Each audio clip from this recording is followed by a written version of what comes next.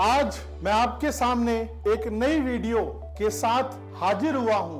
आपने कभी एरोप्लेन में पायलट को देखा है कि वो एरोप्लेन किस बेसिस पे चलाता है? अगर आपने देखा है और अगर नहीं देखा है तो मैं आपको बता देता हूं कि वो जो बहुत ऊंचाई में एरोप्लेन चला रहा है तो वो किसी न किसी इंडिकेटर के जरिए एरोप्लेन के डायरेक्शंस को देखकर, कैलकुलेशंस को कर वो पर्टिकुलर एक जगह से यानी दिल्ली से मुंबई हमें ले जाता है with the help of indicator. जी हाँ दोस्तों, आज हम उसी इंडिकेटर की बात करेंगे जो हमें ट्रेडिंग की दुनिया में, इंट्राडे के दुनिया में हमें एक इंडिकेटर की तरह मदद करता है। और आज हम जानेंगे कि इंडिकेटर क्या होता है। जी हाँ दोस्तों, शेयर बाजार में इंडिकेटर एक साधन है, इट इज अ इंस्ट्रूमेंट जिससे हमें एक संकेत मिलता है, ये एक सिग्नल मिलता है कि हमें कौन सा शेयर खरीदना चाहिए और कौन सा शेयर बेचना चाहिए। हमें इस्तेमाल करने के लिए हम इस इंडिकेटर को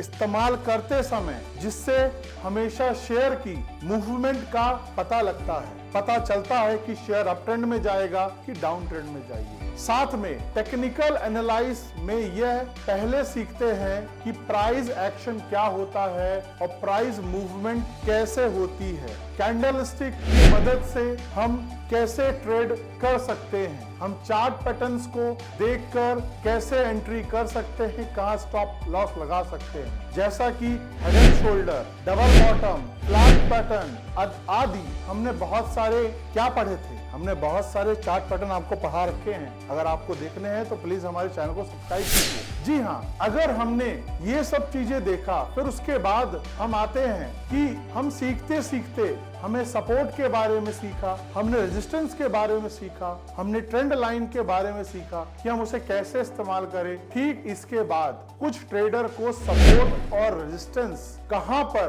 किस शेयर पर, कहां पर लगाना चाहिए, उन्हें ये समझ में आ जाता है। और नहीं आता है तो उन ट्रेडर्स को इंडिकेटर को पढ़ना अनिवार्य हो जाता है। इंडिकेटर हमें एक कंफर्मेशन देता है कि हमने सही जगह एंट्री या सही जगह स्टॉप लॉस या सही जगह हमने टारगेट लगाया है। इंडिकेटर की मदद से हमें कंफर्मेशन मिलती है। जी हाँ, इंडिकेटर बनाने के लिए या उस पे काम करने के लिए हमें कई प्रकार के इंडिकेटर्स पढ़ने पड़ेंगे, लेकिन आम तौर पर यह शेयर के भाव पे आधारित होते हैं। इंडिकेटर जो मेनली बेस होते हैं वो शेयर के प्राइस पे बेस्ड होते हैं। इंडिकेटर और ऑक्सीलेटर में क्या अंतर होता है? ऑक्सीलेटर भी इंडिकेटर की मतलब ऑक्सीलेटर क्या है? It is a part of indicator, indicator से ही निकला हुआ है, वह इंडिकेटर का भाग होता है, it is a part of indicator. Oscillator में जो अंतर होता है कि वह किसी भी स्टॉक के एक रेंज को बताता है कि वो किस रेंज तक जाएगा, वो स्टॉक किस रेंज तक जाएगा,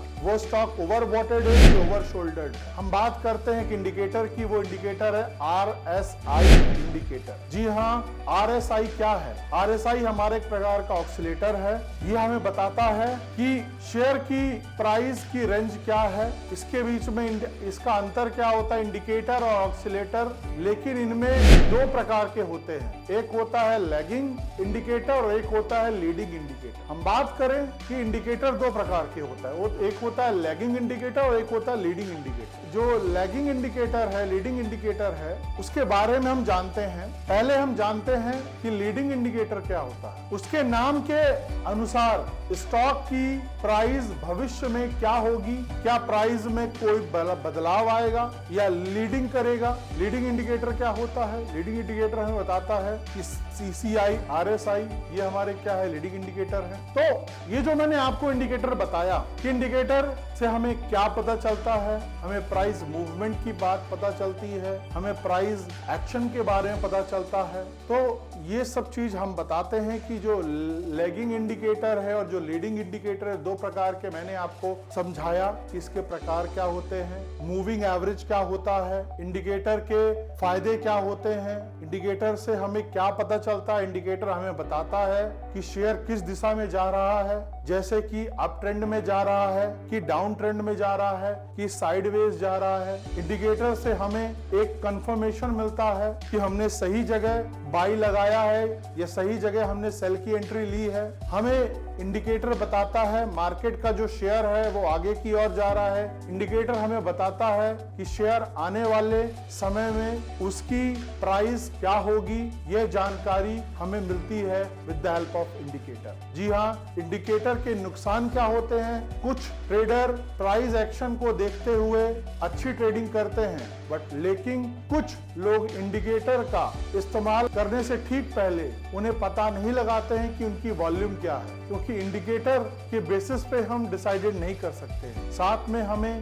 उस स्टॉक की वॉल्यूम को भी देखना जरूरी है। मैं उम्मीद करता हूं कि इस इंडिकेटर की इस छोटी सी वीडियो में मैंने आपको समझाने का प्रयास किया होगा।